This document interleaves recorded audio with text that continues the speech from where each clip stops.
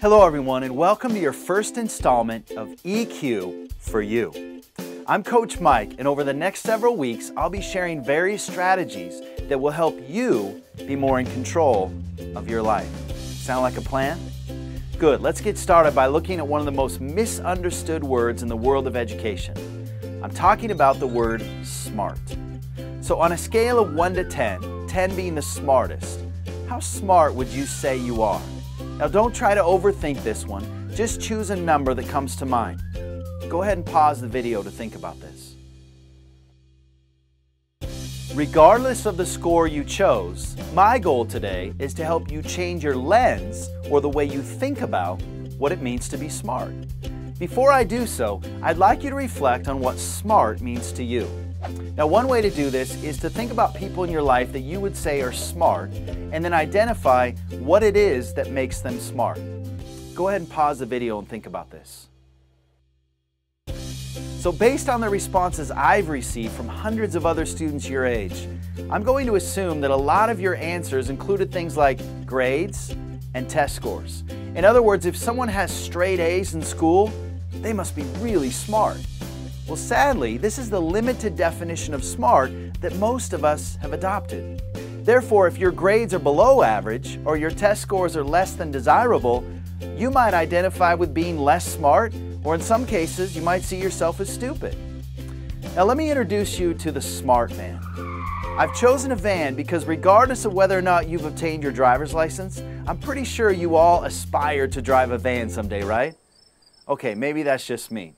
Well, this smart van, or Ferrari if you choose, is a metaphor for your life. Notice that your vehicle is equipped with 2 sets of wheels, both of which are critical to your success in life. So let's start with the back wheels, which represent what I call your school smarts. You see, your school smarts is the accumulation of knowledge that you've gained throughout the years of your schooling. So when you're given a test, you rely heavily on this knowledge base in order to perform.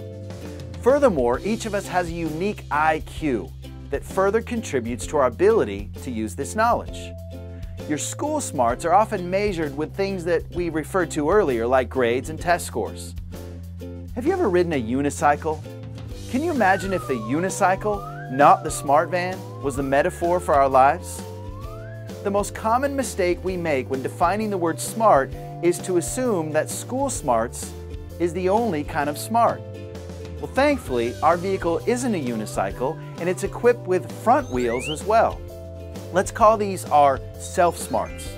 Now, unlike school smarts, this has very little to do with content knowledge and everything to do with the way you choose to drive your life. While the back wheels provide a foundation, the front wheels are where the steering takes place. It's your steering skills that ultimately determine the quality of your life. So what does it mean to be self-smart? Well, there are 2 important skills that all of you can practice, which make you more self-smart. They're called self-awareness and self-management. Self-awareness is your ability to take an aerial view of your own life and look at the choices that you're making. Without awareness, it's easy to fall back on our habits and operate on autopilot or cruise control, which means to do the same thing over and over again. Now, with our good habits, this is okay. However, if we operate on cruise control with our bad habits, then nothing will change. The tricky part about habits is that if we aren't aware of them, they'll continue to run on autopilot. Therefore, the key to changing habits is self-awareness. Let me give you an example of a habit that you didn't even know you had. Go ahead and cross your arms like you normally would. Now put your hands to your side. This time I'd like you to cross them the opposite way. I'm guessing that it was a rather awkward feeling when you crossed your arms the other way. Now, why is this?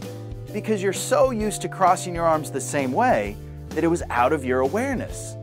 When I brought it to your awareness and asked you to change the habit, you realized that it was somewhat difficult. Self-management is the second skill that will help you to improve your self-smarts. Keep in mind that without self-awareness, self-management isn't possible. Think of the steering wheel in your smart van. You are the one who is responsible for steering. Therefore, self-management is your ability to steer yourself toward success. Now, I could simply tell you to make better choices, which would maybe improve your steering, but I know from experience that it's not that easy. You see, the choices we make are directly influenced by the way we think and by the way we feel. Therefore, we must learn to manage both of these. Now that we've talked a little bit about our new definition of smart, I want you to think back to my original question, which was, how smart are you? Go ahead and take a minute and pause the video and give yourself a new number between 1 and 10. Remember, this leadership journey is not about increasing your school smarts. You're getting plenty of that in the classroom. I want to help you develop your self-smarts. Are you ready?